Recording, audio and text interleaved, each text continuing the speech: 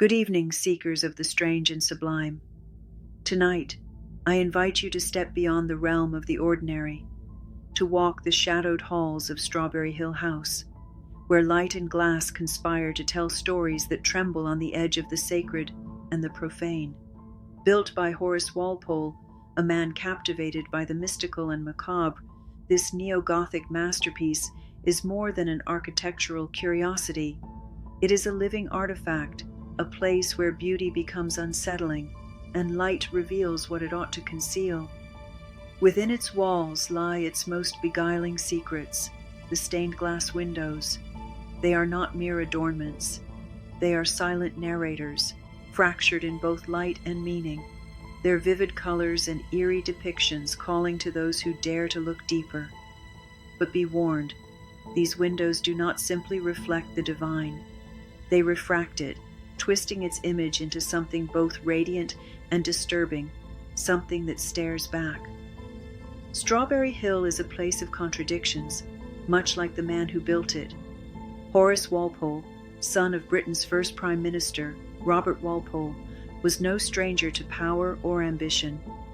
Yet Horace's fascinations lay elsewhere, in the shadowed corners of human imagination, in the forgotten whispers of medieval romance, and in the trembling unease of the supernatural.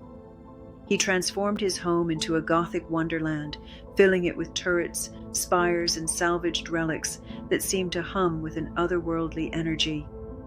But it's the windows that haunt the space most of all. Imported from Amsterdam's master craftsmen, their panes shimmer with deep blues, fiery reds, and unsettling golds. The figures trapped within tell stories of martyrdom, judgment, and divine authority, but look closer, and you'll see that their meanings are slippery, unsettling. The windows seem alive, their narratives shifting as if the figures themselves are whispering secrets in a language only the subconscious can grasp. Take, for example, the panel of the bishop feeding angels. At first glance, it appears to be a scene of celestial harmony. The bishop, resplendent in his golden mitre, offers sustenance to kneeling angels. But the longer you look, the more the balance begins to feel off.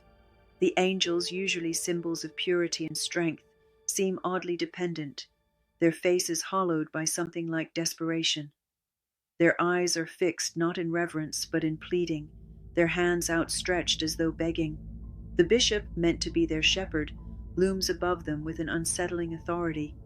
His mitre, glowing with an almost oppressive gold, casts him as a figure of supreme power. But is his power divine, or is it something else entirely? The ambiguity is suffocating.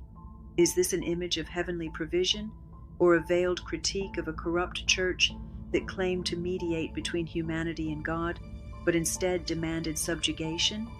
The bishop's posture and the golden hue of his crown suggest both divinity and tyranny. Has he become a usurper, taking what belongs to the divine and wielding it for his own glory? Or worse, is there something darker, a satanic undercurrent cloaked in robes of holy authority? The stained glass does not answer. It only watches, leaving the viewer caught in the tension between worship and dread.